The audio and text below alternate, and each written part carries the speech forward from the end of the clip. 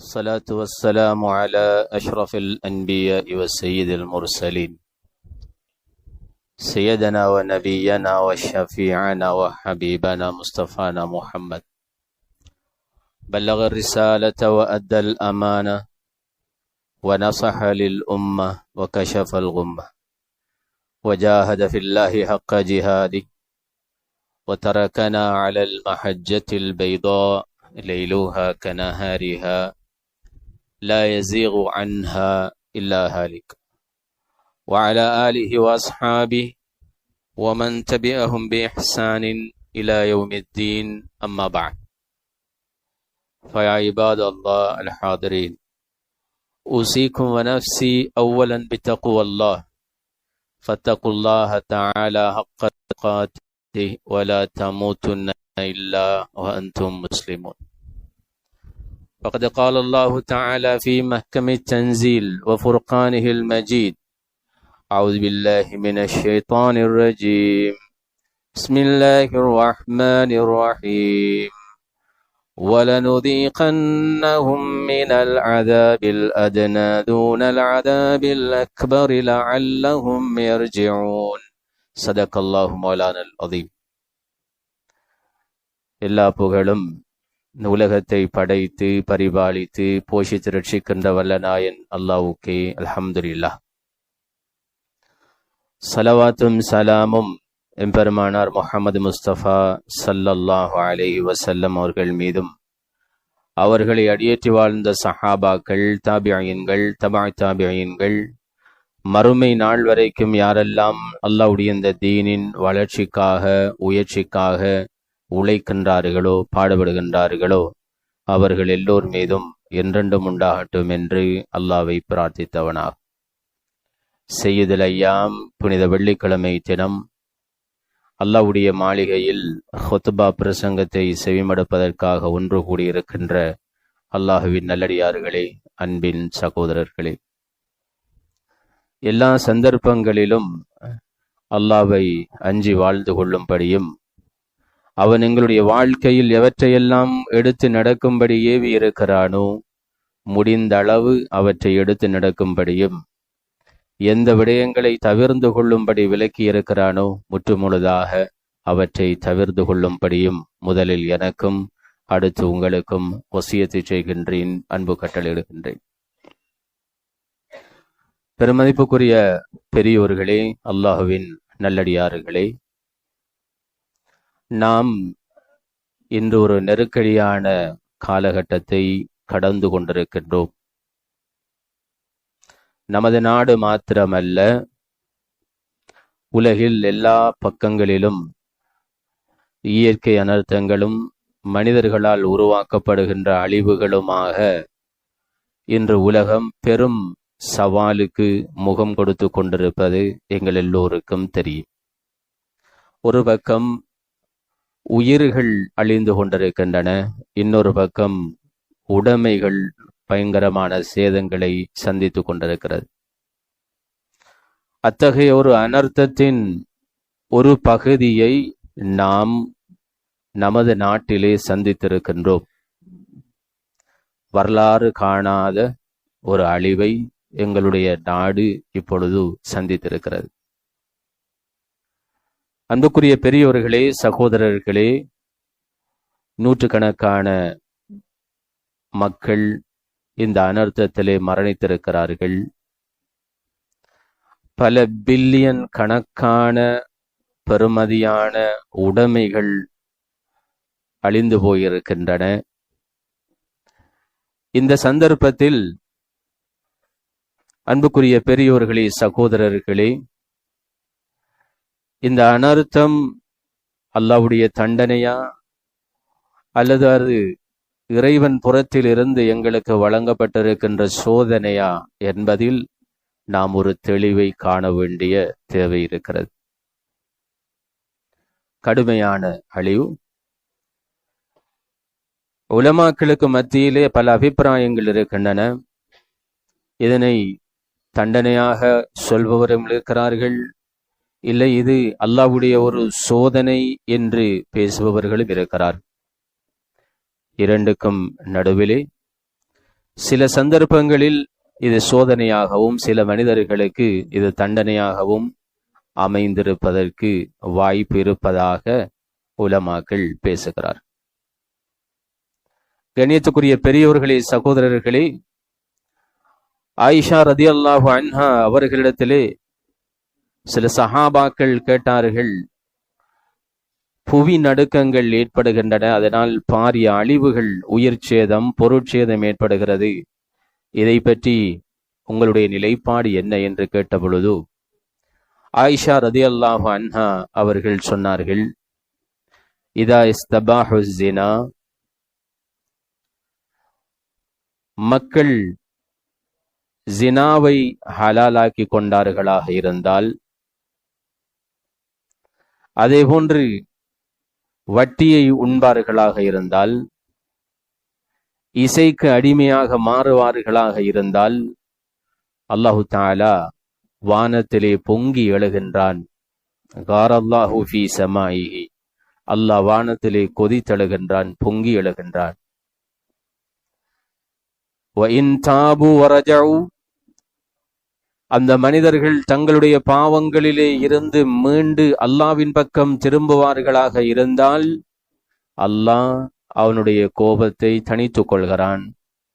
அப்படி இல்லை என்றால் அல்லாஹ் அந்த சமூகத்தின் மீது அவனுடைய தண்டனையை இறக்குகின்றார். அப்பொழுது சஹாபாக்கள் கேட்டார்கள், உம்முல் முஃமினீன் அவர்களே, இது அல்லாஹ்வுடைய கோப பார்வையா, இது அல்லாஹ்வுடைய தண்டனையா என்று கேட்ட பொழுது மிகவும் நடுநிலையான அழகான ஒரு பதிலை ஆயிஷா ரதியல்லாஹு அன்ஹா அவர்கள் சொன்னார். மௌஇதத்தன் வ ரஹ்மத்தன் லில் முஃமினீன், இந்த சோதனைகள், இந்த அனர்த்தங்கள் முஃமின்களை பொறுத்தவரைக்கும் அது அவர்களுக்கு ஒரு உபதேசமாகவும் அருளாகவும் அமைகிறது. வனகாலன் வசஹத்தன் வஅதாபன் லில் காஃபிரின், ஆனால் இறை நிராகரிப்பாளர்கள் அவர்களை பொறுத்தவரைக்கும் இது ஒரு தண்டனையாக, அல்லாஹ்வினுடைய ஒரு கோபமாக அமைந்து விடுகின்றது என்று ஆயிஷா ரலியல்லாஹு அன்ஹா அவர்கள் சொன்னார். அந்த வகையிலே அன்புக்குரிய பெரியோர்களே, சகோதரர்களே, நாம் ஒரு கடுமையான சோதனைக்குள்ளாக்கப்பட்டிருக்கின்றோம். ஏனென்றால் இந்த உலக வாழ்வினுடைய யதார்த்தம் சோதனை களம். நாம் இந்த உலகத்திலே நிரந்தரமாக வாழ வந்தவர்கள் அல்ல. எங்களுக்கென்றொரு நிரந்தரமான உலகம் இருக்கிறது, அதுதான் மறுமை. அந்த மறுமையினுடைய வாழ்க்கைக்காக எம்மை தயார்படுத்துகின்ற இடம்தான் இந்த உலகம் என்பதை நாம் எல்லோரும் ஏற்றுக்கொண்டிருக்கின்றோம். அந்த தயார்படுத்தல்களை நாம் சரியாக செய்கின்றோமா என்பதை அல்லாஹ் பரீட்சித்து பார்க்கின்ற களம்தான் இந்த உலகம். அதிலே நாம் தெளிவாக இருக்க வேண்டும். அந்த சோதனை என்பது அனர்த்தங்களின் மூலமாக மாத்திரமல்ல, அல்லாஹ் அருளை கண்டும் எங்களை சோதிக்கின்றான். இரண்டும் சோதனைகள் தான். நபுலூக்கும் பில் கைரி வஷ்ஷர்ரி ஃபித்னா, உங்களை நாம் நலவை கொண்டும் சோதிப்போம், கெடுதிகளை கொண்டும் சோதிப்போம். இந்த ரெண்டு வகையான சோதனைகளிலும் நலவை கொண்டு சோதிக்கின்ற பொழுது நாம் நன்றி உள்ளவர்களாக இருக்கிறோமா, கெடுதிகளை கொண்டு சோதிக்கின்ற பொழுது நாம் பொறுமை காக்கின்றோமா என்பதை அல்லாஹு தஆலா பரீட்சித்து பார்க்கின்றான். இதுதான் இந்த உலக வாழ்வினுடைய யதார்த்தம். சகோதரர்களே, ஒரு பொழுதும் நாம் நினைத்து விடக்கூடாது அனர்த்தங்கள் தான் எங்களுக்கு சோதனைகளாக வருகின்றன என்று. அப்படி அல்ல. அல்லாஹ் இரண்டையும் சோதனையாகத்தான் சொல்கின்றான். அம்மல் இன்சானு இதா மப்தலாஹு ரப்புஹு ஃபஅக்ரமஹு வனஅமஹு ஃபயகூலு ரப்பி அக்ரமன், மனிதர்களுக்கு அல்லாஹ் கொடுத்து சோதிக்கின்ற பொழுது ஒரு மனிதனுடைய நிலைப்பாடு எப்படி இருக்கின்றது என்றால், என்னுடைய ரப்பு என்னை கண்ணியப்படுத்தி விட்டான் என்று சொல்லுகிறான். وَأَمَّا إِذَا مَبْتَلَاهُ فَقَدَرَ عَلَيْهِ رِزْقَهُ فَيَقُولُ رَبِّي أَهَانَنِ, அவனுக்கு நாம் எடுத்து சோதிக்கின்ற பொழுது மனிதன் சொல்லுகிறான், என்னுடைய ரப்பு என்னை அவமானப்படுத்தி விட்டான், இழிவுபடுத்தி விட்டான் என்று. இங்கு இந்த குர்ஆன் வசனம் எங்களுக்கு சொல்ல வருகின்ற ஒரு பேருண்மை என்னவென்றால், மனித வாழ்க்கையில் அல்லாஹ் தருவதும் சோதனைதான், எடுப்பதும் சோதனைதான். ஆனால் இந்த ரெண்டும் மனித வாழ்வில் நீடிக்க மாட்டாது. எப்பொழுதுமே சோதனையாகவும் கஷ்டமாகவும் இருக்கவும் மாட்டாது. எப்பவுமே அல்லாஹு தாலா மனிதர்களுக்கு கொடுத்து கொண்டும் அவர்களை மகிழ்வித்து கொண்டும் இருக்க மாட்டான். இரண்டும் மனித வாழ்வில் மாறி மாறி வரக்கூடியவைகள். அப்படி மாறி வருகின்ற பொழுது மனிதன் தன்னுடைய நிலைப்பாட்டை மாற்றி அமைத்துக் கொள்ள வேண்டும். அல்லாஹ் தருகின்ற பொழுது அவன் அல்லாஹ்வுக்கு நன்றி செலுத்தக்கூடியவனா, அல்லாஹ் எடுக்கின்ற பொழுது அவனுக்கு அந்த சந்தர்ப்பத்தில் பொறுமை காக்கக்கூடியவர்களாக எங்களை நாம் பயிற்றுவித்துக் கொள்வதற்கான ஒரு சந்தர்ப்பத்தை அல்லாஹ் இந்த உலகத்திலே ஏற்படுத்தி தந்திருக்கிறான்.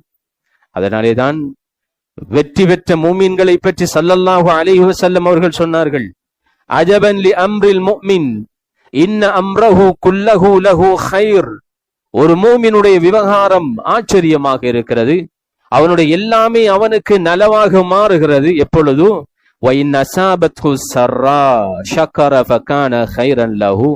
அவனுக்கு அல்லாஹ் நலவுகளை கொடுக்கின்ற பொழுது, செல்வத்தை கொடுக்கின்ற பொழுது, பட்டம் பதவிகளை கொடுக்கின்ற பொழுது, கல்வியை கொடுக்கின்ற பொழுது, அறிவை கொடுக்கின்ற பொழுது, அனுபவத்தை கொடுக்கின்ற பொழுது, மக்களுடைய தொடர்பை கொடுக்கின்ற பொழுது, இவைகளெல்லாம் அல்லாஹ்வுடைய அருள்கள். இந்த அருள்களை கொண்டு அல்லாஹ் அந்த மனிதனை சோதிக்கின்ற பொழுது அவன் அதற்கு நன்றி செலுத்துகிறான்.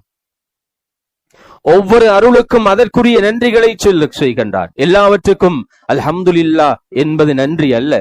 அல்லாஹ் ஒரு மனிதனுக்கு செல்வத்தை கொடுத்தால் அந்த செல்வத்தை வாரி வழங்குவதன் மூலம், அல்லாஹ்வுடைய பாதையில் செலவழிப்பதன் மூலம் அவன் அல்லாஹ்வுக்கு நன்றி செலுத்துகிறான். அல்லாஹ் அவனுக்கு அறிவை கொடுத்தால் அந்த அறிவை மற்ற மக்களுக்கு பிரயோசனமான வகையில் கழிப்பதன் மூலம் அதன் அல்லாஹ்வுக்கு அவன் நன்றி செலுத்தக்கூடியவனாக மாறிவிடுகிறான். அன்புக்குரிய சகோதரர்களே, இது ஒரு நிலைப்பாடு. இரண்டாவது நிலைப்பாடு,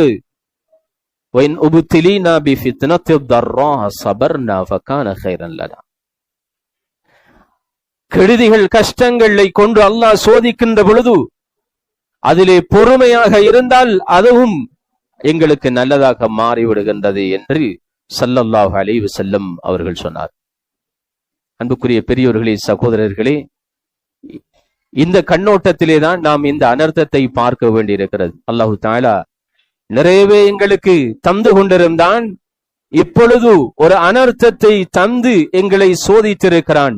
இந்த சோதனையின் பொழுது நாம் என்ன நிலைப்பாடுகளை எடுக்கின்றோம் என்பதை பற்றி அல்லாஹ் பரீட்சித்து பார்க்கின்றான். கண்ணியத்துக்குரிய பெரியோர்களே, சகோதரர்களே, இந்த சோதனையில் நமது நிலைப்பாடுகள் எப்படி இருக்க வேண்டும்? முதலாவது, நாம் இந்த சோதனையை பொறுமையாக ஏற்றுக்கொள்ள வேண்டும். அதிலே அல்லாஹ்வுடைய அந்த தீர்ப்பிலே நாம் திருப்தி அடைய வேண்டும். இது முதலாவது எங்களுடைய கடமையும் பொறுப்பும். சகோதரர்களே, பொறுமைக்கு அப்பால் இன்னும் ஒன்று இருக்கிறது, ரிதா. அல்லாஹ்வுடைய இந்த கதரை நாம் பொருந்திக் கொள்வது, திருப்தியோடு ஏற்றுக்கொள்வது. அதற்கு அல்லாஹ் மகத்தான கூலியை எங்களுக்கு வைத்திருக்கிறான். அல்லாஹ்வுடைய இந்த கவாவை நாம் ஏற்றுக்கொண்டு பொறுமையோடு ஏற்றுக்கொண்டு திருப்தி அடைவோமாக இருந்தால் இந்த அனர்த்தங்களிலே மரணித்தவர்களுக்கு அல்லாஹ் ஷஹாதத்துடைய பாக்கியத்தை கொடுக்கிறான். அது ஒரு பெரும் அருளாக மாறுகிறது. ஸல்லல்லாஹு அலைஹி வஸல்லம் அவர்கள் சஹாபாக்களிடத்திலே கேட்டார்கள், ஷுஹதாக்கள் யார்? சஹாபாக்கள் சொன்னார்கள், அல்லாஹ்வுடைய பாதையிலே போராடி மரணிப்பவர்கள். ஸல்லல்லாஹு அலைஹி வஸல்லம் அவர்கள் சொன்னார்கள், இதன் ஷுஹதா உம்மத்தில கலீல். அப்படி என்றால் என்னுடைய உம்மத்திலே ஷுஹதாக்களுடைய எண்ணிக்கை குறைவாகத்தான் இருக்கும் என்று சொல்லிவிட்டு ஷுஹதாக்களை பட்டியல் படுத்தினார்கள். அதிலே நீரிலே மூழ்கி மரணித்தவர்கள் ஷஹீத், இடிபாடுகளுக்குள்ளே அகப்பட்டு மரணித்தவர்கள் ஷஹீத். அல்லாஹு தஆலா இந்த அனர்த்தத்தில் நீரிலே மூழ்கி மரணித்தவர்களை ஷுஹதாக்களாக கபூல் செய்வானாக. இடிபாடுகளுக்குள்ளே அகப்பட்டு மரணித்தவர்களை ஷுஹதாக்களாக கபூல் செய்வானாக. இது உயர்ந்த ஒரு பாக்கியம். நாம் இந்த தீர்ப்பை, இந்த சோதனைகளை பொறுமையோடு ஏற்றுக்கொண்டு திருப்தி அடைகின்ற பொழுது அல்லாஹ் தருகின்ற இரண்டாவது மிகப்பெரிய பரிசு, எங்களுடைய பாவங்களை மன்னித்து தரஜாக்களை அதிகரிக்கின்றான். ஸல்லல்லாஹு அலைஹி வஸல்லம் அவர்கள் சொன்னார்கள், அல்லாஹு தஆலா ஒரு மனிதனுக்கு சுவர்க்கத்திலே உயர்ந்த அந்தஸ்தை தரஜாவை எழுதுகிறான். சில மனிதர்கள் அவர்களுடைய அமல்கள் மூலமாக, இபாதத்துக்கள் மூலமாக அந்த அந்தஸ்தை அடைந்து கொள்கிறார்கள். ஆனால் சில மனிதர்களினால் அதனை அடைய முடியாமல் போகும். அப்பொழுது அல்லாஹு தஆலா அவர்களுக்கு சில சோதனைகளை கொடுப்பான். அந்த சோதனைகளில் அவர்கள் பொறுமையாக இருந்தால் மரணித்த பின்னர் அல்லாஹ் அவர்களுக்கு அந்த உயர்ந்த தரஜாவை கொடுக்கின்றான் என்று பெருமானார் ஸல்லல்லாஹு அலைஹி வஸல்லம் அவர்கள் சொன்னார்கள். அதனால் நாம் இந்த அனர்த்தங்களை பொறுமையோடு ஏற்றுக்கொள்ள வேண்டிய தேவை இருக்கிறது. அன்புக்குரிய சகோதரர்களே, ஸல்லல்லாஹு அலைஹி வஸல்லம் அவர்களுடைய ஹதீஸ்களை, குர்ஆன் வசனங்களை நாம் பார்க்கின்ற பொழுது இந்த சோதனைகள் அல்லாஹ்வுடைய அருள்களாகவே அமைந்திருக்கின்றன. காரணம், இந்த பாவங்களை கழுவி போடுகின்ற ஒரு கருவியாக அல்லாஹ் சோதனைகளை வைத்திருக்கிறான். ஒரு முறை ஸல்லல்லாஹு அலைஹி வஸல்லம் அவர்கள் ஒரு பெண் சந்திக்கிறார்கள். உம்மு ஸாயிப் ரலியல்லாஹு அன்ஹா. கடுமையாக முகம் சிவந்த நிலையில், கண் கலங்கிய நிலையிலே அந்த தாயை சந்தித்தார்.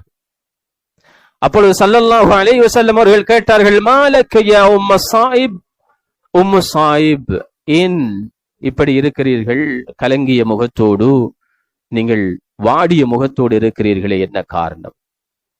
அப்பொழுது அந்த தாய் சொன்னார், அல் ஹும்மா லா பாரக்கல்லாஹு லஹா யா ரசூலல்லாஹ், அல்லாஹ்வுடைய தூதரே, இந்த நாசமா போன காய்ச்சல் என்னை கடுமையாக வாட்டி கொண்டிருக்கிறது என்று காய்ச்சலை திட்டி சொன்னார்கள். அப்பொழுது ஸல்லல்லாஹு அலைஹி வஸல்லம் அவர்கள் சொன்னார்கள், லா தசுப்பில் ஹும்மா, தாயே, நீங்கள் இந்த காய்ச்சலை ஏச வேண்டாம், திட்ட வேண்டாம். எப்படி துருப்பிடித்த ஒரு இரும்பிலிருந்து அந்த துருவை கலட்டுவதற்காக துருத்தியிலே போட்டு சூடாக்குகின்றோமோ, அதே போன்று அல்லாஹ் எங்களுடைய பாவங்களை கழுவுவதற்காக இப்படியான சோதனைகளை தருகிறான். அதிலே நீங்கள் பொறுமையாக இருந்தால் எங்களுடைய பாவங்கள் மன்னிக்கப்படும் என்று ஸல்லல்லாஹு அலைஹி வஸல்லம் அவர்கள் அந்த தாய்க்கு சொன்னார். இழப்புகளை தந்து அல்லாஹ் சோதிக்கிறான். ஸல்லல்லாஹு அலைஹி வஸல்லம் அவர்கள் சொன்னார்கள், ஒரு மனிதனுடைய ஒரே ஒரு பிள்ளை அவனுடைய ஈரல் கொழுந்து என்ற நிலையிலே அந்த பிள்ளையை அவன் வளர்த்து வருகிறான். அப்பொழுது மலக்கல் மௌத் அலைஹிஸ்ஸலாம் அவர்கள் அந்த பிள்ளையினுடைய ரூஹை கைப்பற்றி கொண்டு வருகின்ற பொழுது அல்லாஹு தஆலா கேட்பான், எங்கிருந்து வருகிறீர்கள்? இன்ன மனிதனுடைய பிள்ளையை நான் ரூஹை கைப்பற்றி கொண்டு வருகிறேன். அகபல்தும் வலத அப்தி, என்னுடைய அடியானுடைய பிள்ளையினுடைய ரூஹை நீங்கள் கைப்பற்றி கொண்டு வருகிறீர்களா? ஆம். அகபல்தும் ஸமரத ஃபுஆதி, அந்த பிள்ளை அவனுடைய ஈரல் கொழுந்து அல்லவா, அந்த பிள்ளையினுடைய ரூஹையா நீங்கள் கைப்பற்றி கொண்டு வருகிறீர்கள்? ஆம். அந்த சந்தர்ப்பத்தில் என்னுடைய அடியான் எத்தகைய நிலைப்பாட்டை எடுத்தான், அவன் எப்படி காணப்பட்டான், அந்த பிள்ளையினுடைய தந்தை எப்படி இருந்தார்? ஹமிதக வஸ்தர்ஜா, யா அல்லாஹ், அந்த பிள்ளையினுடைய ரூஹை கைப்பற்றுகின்ற பொழுது அந்த தந்தை அல்லாஹ்வை புகழ்ந்தார். இன்னா லில்லாஹி வ இன்னா இலைஹி ராஜிஊன் என்று அவர் சொல்லிக் கொண்டார். நாம் அல்லாஹ்விடத்திலே இருந்தவர்கள், அல்லாஹ்வுக்காக வாழ்பவர்கள், அல்லாஹ்விடமே திருப்பி சொல்லக்கூடியவர்கள் என்று அவர் அதனை ஆசுவாசப்படுத்திக் கொண்டார், பொறுமையோடு ஏற்றுக்கொண்டார். அப்படியா? இப்னு லி அப்தி பைத்தன் ஃபில் ஜன்னதி வஸம்மூஹு பைத்தல் ஹம்த், அப்படியா? என்னுடைய அடியானுக்கு சுவர்க்கத்திலே ஒரு மாளிகையை கட்டி அதற்கு பைத்துல் ஹம்த், சோதனைகளின் பொழுதும் அல்லாஹ்வை புகழ்ந்தவர்களுக்கான மாளிகை என்று பெயர் வையுங்கள் என்று ஸல்லல்லாஹு அலைஹி வஸல்லம் அவர்கள் சொன்னார். அன்புக்குரிய சகோதரர்களே, எனவே நாம் சரியான நிலைப்பாட்டை எடுக்க வேண்டும். இது ஒரு பெரும் சோதனை. உயிர் வகையிலே சோதிக்கப்பட்டிருக்கிறோம், உடைமைகள் அளவிலே சோதிக்கப்பட்டிருக்கிறோம், நெருக்கடியான ஒரு வாழ்வு. இப்படியான சோதனைகளின் பொழுது நாம் பொறுமையாக இருப்போம், அல்லாஹ்வுடைய கதாவை திருப்தியோடு ஏற்றுக்கொள்வோம். நிச்சயமாக இன்ன மஅல் உஸ்ரி யுஸ்ரன், ஒவ்வொரு கஷ்டத்துக்கு பிறகும் அல்லாஹ் இலகுவை வைத்திருக்கிறான். ஒவ்வொரு துன்பத்துக்கு பிறகும் அல்லாஹ் இன்பத்தை வைத்திருக்கிறான். இது நீள மாட்டாது என்று அல்லாஹ்விலே ஆதரவு வைப்போம். இது முதலாவது விடை. இரண்டாவது விடயம், அன்புக்குரிய சகோதரர்களே, நாம் அல்லாஹ்வுடனான உறவை பலப்படுத்துவதற்கு இது ஒரு சிறந்த சந்தர்ப்பம். وَلَنُذِيقَنَّهُم مِّنَ الْعَذَابِ الْأَدْنَىٰ دُونَ الْعَذَابِ الْأَكْبَرِ لَعَلَّهُمْ يَرْجِعُونَ. இத்தகைய சோதனைகள், இத்தகைய அனர்த்தங்களுக்கான காரணத்தை அல்லாஹ் சூரத்து சஜதாவிலே சொல்லுகிறான். ஒவ்வொரு வெள்ளிக்கிழமையும் சுபகு தொழுகையிலே நாம் இதனை ஓதுகிறோம். நாம் பெரும் பெரும் அழிவுகளை கொடுக்காமல் சிறிய சிறிய அழிவுகளை, சிறிய சிறிய தண்டனைகளை நாம் மனிதர்களுக்கு கொடுக்கிறோம். ஏனென்றால் லஅல்லஹும் யர்ஜிஊன், அவர்கள் எங்கள் பக்கம் மீண்டு வர வேண்டும் என்பதற்காக. ஏனென்றால் அல்லாஹ் இதற்கு பிறகு உம்மத்துக்களை முழுமையாக அழிப்பதில்லை. ஆது சமூகம் அழிக்கப்பட்டதை போன்று, சமூது சமூகம் அழிக்கப்பட்டதை போன்று, லூத் அலைஹிஸ்ஸலாம் அவருடைய சமூகம் அழிக்கப்பட்டதை போன்று, கல்மாரி பொழியப்பட்டதை போன்று, தண்ணீரை கொண்டு அழிக்கப்பட்டதை போன்று, நிலம் சுரிவாங்கியதை போன்று எல்லாம் அல்லாஹ் இந்த உம்மத்தை அழிக்க மாட்டான். ஸல்லல்லாஹு அலைஹி வஸல்லம் அவர்களுடைய பிரார்த்தனை 3 பிரார்த்தனைகளில் ஒன்று, யா அல்லாஹ், இந்த உம்மத்தை இதற்கு முன்பு இருந்த உம்மத்துக்கள் அழிக்கப்பட்டதை போன்று என்னுடைய உம்மத்தை நீ அழித்து விடாதே என்று அல்லாஹ்விடத்திலே பிரார்த்தித்தார்கள். அல்லாஹ் அந்த துஆவை கபூல் செய்திருக்கிறார். ஆனால் அல்லாஹ் தஆலா சிறிய சிறிய இந்த தண்டனைகளை, சிறிய சிறிய இந்த அனர்த்தங்களை அனுப்புகின்றான். லஅல்லஹும் யர்ஜிஊன், அல்லாஹ்வை ஞாபகப்படுத்தக்கூடிய நிலைமையை மக்களுக்கு உருவாக்குவதற்காக. ஏனென்றால் மனிதர்களுடைய இயல்பு அல்லாஹ்வை மறந்து விடுவார்கள். அனர்த்தம் வருகின்ற பொழுது அல்லாஹ்வை அழைப்பார்கள். அனர்த்தம் வருகின்ற பொழுது தௌபா, அனர்த்தம் வருகின்ற பொழுது பள்ளி வாயில்களிலே நிரம்பி வழியும். ஆனால் அது முடிந்ததற்கு பிறகு மனிதர்கள் அல்லாஹ்வை மறந்து விடுவார்கள். இது மனித யதார்த்தம். அல்லாஹ் குர்ஆனிலே சொல்கிறார், மனிதர்கள் கடலிலே கப்பலிலே செல்லுகின்ற பொழுது, அலை வேகமாக வீசுகின்ற பொழுது, காற்று புயலாக மாறுகின்ற பொழுது அல்லாஹ்வை அழைக்கிறான். அல்லாஹ் அவர்களை பாதுகாத்து விட்டால் மனிதன் அல்லாஹ்வை அடியோடு மறந்து விடுகிறார். இந்த நிலை தொடராமல் அல்லாஹ்வுக்கும் எங்களுக்கும் இடையிலான உறவு பலமாக இருக்கின்ற பொழுது அல்லாஹ் காலநிலையை எங்களுக்கு உசிதமாக ஆக்கி தருகிறான். சூழலை எங்களுக்கு வசப்படுத்தி தருகிறான். அதுதான் இயல்பு. இந்த உலகத்தினுடைய பௌதிக இயல்பு என்ன தெரியுமா? சப்பஹ லில்லாஹி மா ஃபிஸ் ஸமாவாதி வ மா ஃபில் அர்த். வானங்கள் பூமியில் இருக்கின்ற அனைத்தும் அல்லாஹ்வை துதிக்கின்றன. அல்லாஹ் அதனை பாஸ்ட் டென்ஸ்லே சொல்கிறான், இறந்த காலத்திலே சொல்கிறான், நிகழ்காலத்திலே சொல்கிறான். யுஸப்பிஹு லில்லாஹி மா ஃபிஸ் ஸமாவாதி வ மா ஃபில் அர்த். வானங்கள் பூமியில் உள்ள அனைத்தும் அல்லாஹ்வை துதித்துக் கொண்டே இருக்கின்றன. இது பௌதீக இயல்பு. யுஸப்பிஹு ரஅது பிஹம்திஹி வல் மலாயிகத்து மின் ஹீஃபத்தி. வானத்திலே இடி இடிப்பதும் கூட அல்லாஹ்வை தஸ்பீஹ் செய்கின்ற ஒரு நடவடிக்கை. மலக்குமார்களும் அல்லாஹ்வை தஸ்பீஹ் செய்து கொண்டிருக்கின்றன. وَإِن مِّن شَيْءٍ إِلَّا يُسَبِّحُ بِحَمْدِهِ لَكِنْ لَا تَفْقَهُونَ تَسْبِيحَهُنَّ. உலகத்திலே இருக்கின்ற எல்லாமே அல்லாஹ்வை துதித்துக் கொண்டிருக்கின்றன, அல்லாஹ்வை ஞாபகப்படுத்திக் கொண்டிருக்கின்றன. ஆனால் அவைகள் எப்படி அல்லாஹ்வை துதிக்கின்றன என்பது எங்களுக்கு தெரியாது. வானத்தில் மரத்திலே இருக்கின்ற இலைகள் கூட அல்லாஹ்வை தஸ்பீஹ் செய்து கொண்டிருக்கின்றன. ஆனால் மனிதர்களை தவிர யாருக்காக இந்த உலகம் படைக்கப்பட்டதோ அந்த மனிதன் அல்லாஹ்வுக்கு முரண்டு கொண்டிருக்கிறான், அல்லாஹ்வுக்கு மாறு செய்து கொண்டிருக்கிறான். அதனாலேதான் தஹரல் ஃபஸாது ஃபில் பர்ரி வல் பஹர் பிமா கஸபத் ஐதின் நாஸ். பூமியும் கடலும் பூமியும் மனிதர்களுக்கு வாழ முடியாத இடமாக போய்விட்டன. குழப்பங்கள் நிரம்பி வழிகின்றன. காரணம் பிமா கஸபத் ஐதின் நாஸ், மனிதர்களுடைய கரங்கள் சம்பாதித்தவைகள். முழு பிரபஞ்சமும் அல்லாஹ்வை தியானித்துக் கொண்டிருக்கின்ற பொழுது, முழு பிரபஞ்சமும் அல்லாஹ்வோடு தொடர்பட்டிருக்கின்ற பொழுது மனிதன் மட்டும் அல்லாஹ்வை மறந்து வாழ்கிறான். அல்லாஹ் அதற்காக அவன் பக்கம் தன்னை திருப்ப வேண்டும் என்பதற்கு, மனிதனை திருப்ப வேண்டும் என்பதற்காக இப்படியான சந்தர்ப்பங்களை ஏற்படுத்துகிறான். மனிதன் அல்லாஹ்வை ஞாபகப்படுத்த வேண்டும். பாருங்கள், புயல் வேகமாக வீசுகின்ற பொழுது எல்லா பள்ளி வாயில்களிலும் நாம் தௌபா செய்தோமா இல்லையா? அனர்த்தங்கள் அதிகரிக்கின்ற பொழுது பள்ளி வாயில்களிலே குர்ஆன் ஓதினோம், யாசீன் ஓதினோம், தௌபா கேட்டோம், பாவ மன்னிப்பு கேட்டோம். அல்லாஹ்வின் பக்கம் நாம் இது தொடர வேண்டும் எங்களுடைய வாழ்க்கையிலே. சகோதரர்களே, இது இரண்டாவது முக்கியமான ஒரு விடை. அது தொழுகையின் மூலமாக மாத்திரமல்ல, எல்லா வகையிலும் எங்களுடைய அஹ்லாக்குகள், பண்பாடுகளிலே, எங்களுடைய வியாபார நடவடிக்கைகளிலே, எல்லா விடயங்களிலும் அல்லாஹ் ரசூல் சொன்ன அடிப்படையில் எங்களுடைய வாழ்க்கையை அமைத்துக் கொள்ளுகின்ற பொழுது அல்லாஹு தஆலா எங்களுக்கு சூழலை எங்களுடைய கட்டுப்பாட்டுகளே கொண்டு வருகிறான். எங்களுக்கு வசமாக அவன் ஆக்கி விடுகிறான். எங்களுக்கு சாதகமாக அந்த சூழலை ஆக்கி தருகிறான். இது இரண்டாவது விடயம். மூன்றாவது விடயம், இந்த அனர்த்தத்திலே நாம் படிக்க வேண்டிய மூன்றாவது விடயம், அன்புக்குரிய சகோதரர்களே, உண்மையில் இந்த அனர்த்தம் வடகிழக்கு மாகாணத்திலே வருகின்ற எங்களை நோக்கித்தான் வந்தது. எப்படி அது மாறி சென்றது என்பது இன்னமும் ஆச்சரியமாகவே இருக்கிறது. அல்லாஹ் எங்களை பாதுகாத்திருக்கிறான், அல்ஹம்துலில்லாஹ்.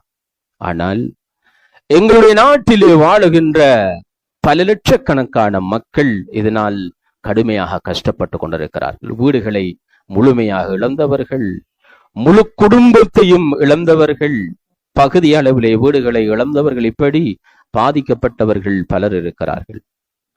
அவர்களுக்காக நாம் எங்களால் முடியுமான உதவியை செய்வது எங்களுடைய மூன்றாவது நிலைப்பாடாக நாம் எடுக்க வேண்டும். அன்புக்குரிய பெரியோர்களே, சகோதரர்களே, பாதிக்கப்பட்ட சகோதரர்களுக்கு எங்களுடைய வார்த்தைகளால், எங்களுடைய உடலால், எங்களுடைய பொருளாதாரத்தால் உதவி செய்ய வேண்டிய ஒரு கட்டாய தேவை இன்று ஏற்பட்டிருக்கிறது. காரணம், இழப்பு நானும் நீங்களும் கற்பனை பண்ணுவதை விட பன்மடங்கான இழப்பை அந்த மக்கள் சந்தித்திருக்கிறார்கள். அவர் அரசாங்கத்தினால் மாத்திரம் ஈடு கொடுக்க முடியாத அளவுக்கு இழப்பு கடுமையாக இருக்கிறது. அதனால் எங்களுடைய உதவி அவர்களுக்கு தேவைப்படுகிறது. இதுதான் ஒரு உயர்ந்த சந்தர்ப்பம். அல் அமலு சாலிஹ், சாலிஹான அமல் என்பது அந்தந்த சந்தர்ப்பத்தில் எவை முற்படுத்தப்பட வேண்டுமோ அந்த சந்தர்ப்பத்தில் அதனை முற்படுத்துவதுதான் சாலிஹான அமல். அந்த வகையில் அல்லாஹ் தஆலா எங்களுக்கு சந்தர்ப்பத்தை தந்திருக்கிறான். எங்களை சோதித்து பார்க்கிறான். பாதிக்கப்பட்ட மக்களுக்கு நாம் எங்களுடைய பொருளாதாரத்தை கொடுக்கிறோமா? அவர்களுக்கு எங்களுடைய சதுரத்தால் உதவி செய்கின்றோமா? எங்களுடைய வார்த்தைகளால் அவர்களுக்கு நாம் ஆறுதல் கொடுக்கின்றோமா என்பதை அல்லாஹ் தஆலா பரீட்சித்து பார்க்கின்றான். இது ஒரு நல்ல சந்தர்ப்பம் அவர்களுக்காக நாம் எங்களுடைய உதவிகளை செய்வது. அன்புக்குரிய சகோதரர்களே, ஸல்லல்லாஹு அலைஹி வஸல்லம் அவர்கள் சொன்னார்கள், அஹப்புன் நாஸி இலல்லாஹி அன்ஃபஉஹும், அல்லாஹ்வுக்கு மிகவும் விருப்பமான மனிதர்கள் யார் என்றால் மற்ற மனிதர்களுக்கு பிரயோசனம் அளிக்கக்கூடியவர்கள். அஹப்புல் அமாலி இலல்லாஹ், அல்லாஹ்வுக்கு மிகவும் விருப்பமான செயல் சுரூருன் துத்கில்ஹு அலா கல்பில் முஃமின், ஒரு முஃமினை நீங்கள் மகிழ்விப்பது. அவ் தக்தி அன்ஹு ஜூஅன், தத்ருது அன்ஹு ஜூஅன், அவர்களுடைய பசியை போக்குவது. அவ் தக்தி அன்ஹு தைனன், அவர்களுடைய கடன்களை அடைப்பதற்கு உதவி செய்வது.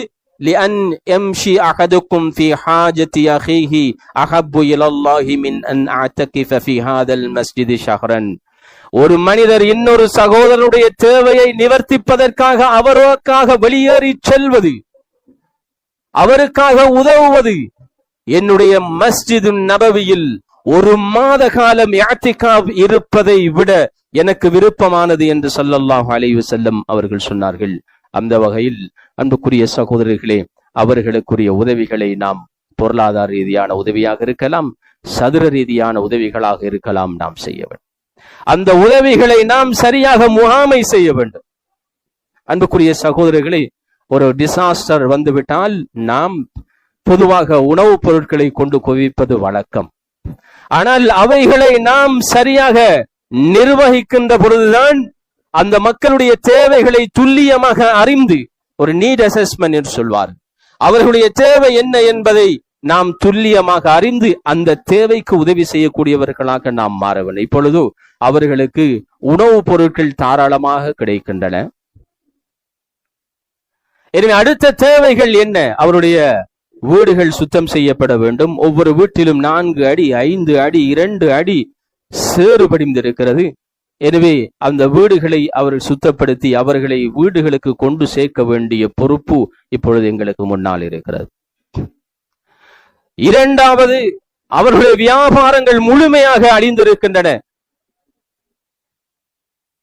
உத்தியோகப்பற்ற ஒரு தகவலின்படி, இப்பொழுதுதான் அரசாங்கம் சரியான தகவலை எடுத்துக் கொண்டிருக்கிறார்கள். உத்தியோகப்பற்ற தகவலின்படி கிட்டத்தட்ட 70 பில்லியனுக்கும் மேற்பட்ட சொத்து இழப்பு ஏற்பட்டிருப்பதாக சொல்கிறார்.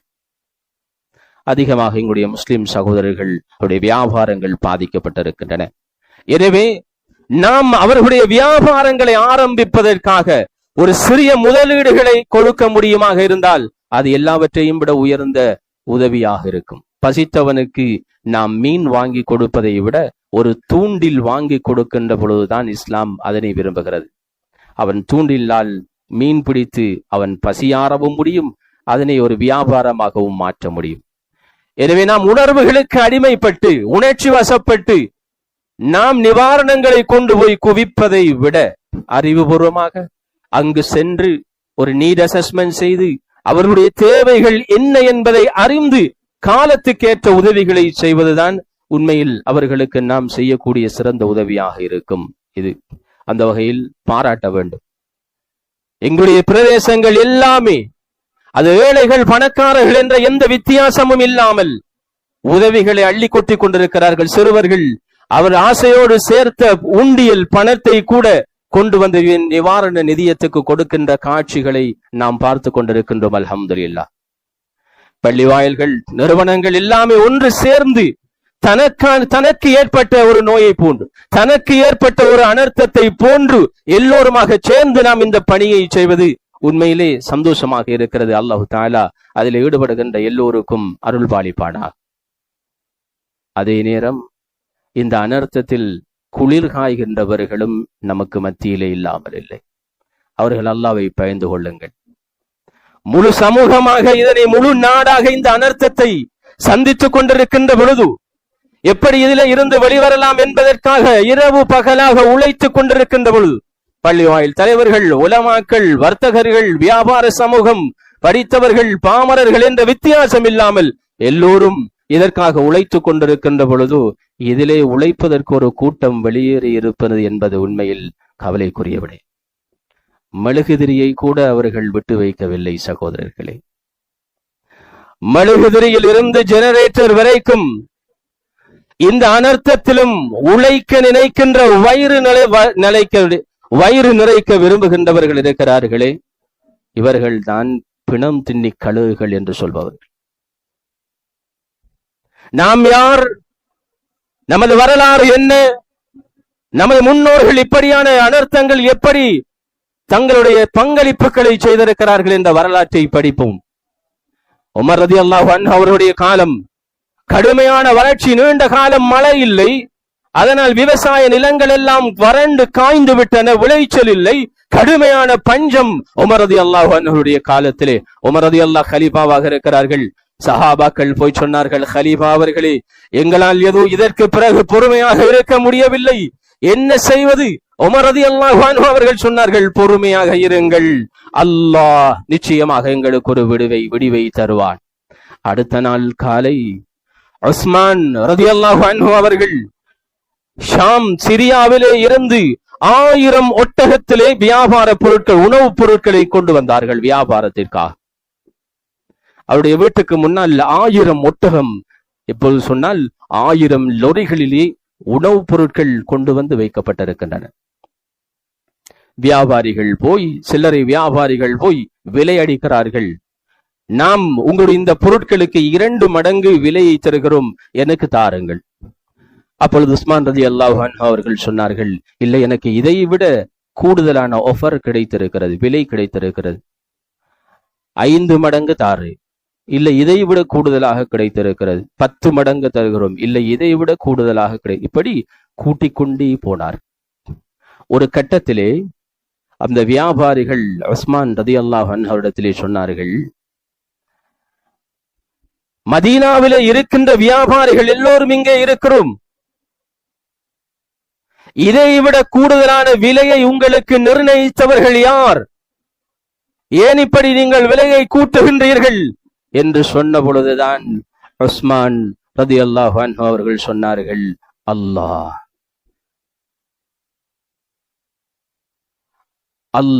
எனக்கு 700 மடங்கு தருவதாக வாக்களித்திருக்கிறான்.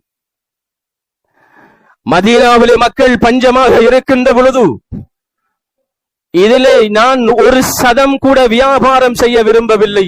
மதீனா மக்களுக்கு இந்த 1000 ஒட்டகத்தில் இருக்கின்ற உணவுப் பொருட்களையும் நான் சதக்காவாக கொடுக்கின்றேன் என்று ஹலீஃபா உமர் ரலியல்லாஹு அன்ஹு அவரிடத்திலே போய் கொடுத்து விட்டார்கள். கண்ணியத்துக்குரிய வியாபார சகோதரர்களே, உங்களிடம் உஸ்மான் ரலியல்லாஹுடைய நிலைப்பாட்டை எடுக்கும்படி சொல்லவில்லை. உங்களுடைய கடையை, உங்களுடைய பொருட்கள் முழுவதையும் சமூகத்துக்காக எழுதுங்கள் என்று சொல்லவில்லை. குறைந்தபட்சம் இந்த அனர்த்தத்தில் பதிக்கு விலையேற்றத்தையாவது குறையுங்கள். நீங்கள் ஒரு மெழுகுதிரியிலே 20 ரூபாய் 30 ரூபாய் லாபம் எடுக்கின்ற அளவுக்கு உங்களுடைய மனச்சாட்சி செத்து போயிருக்கிறதே.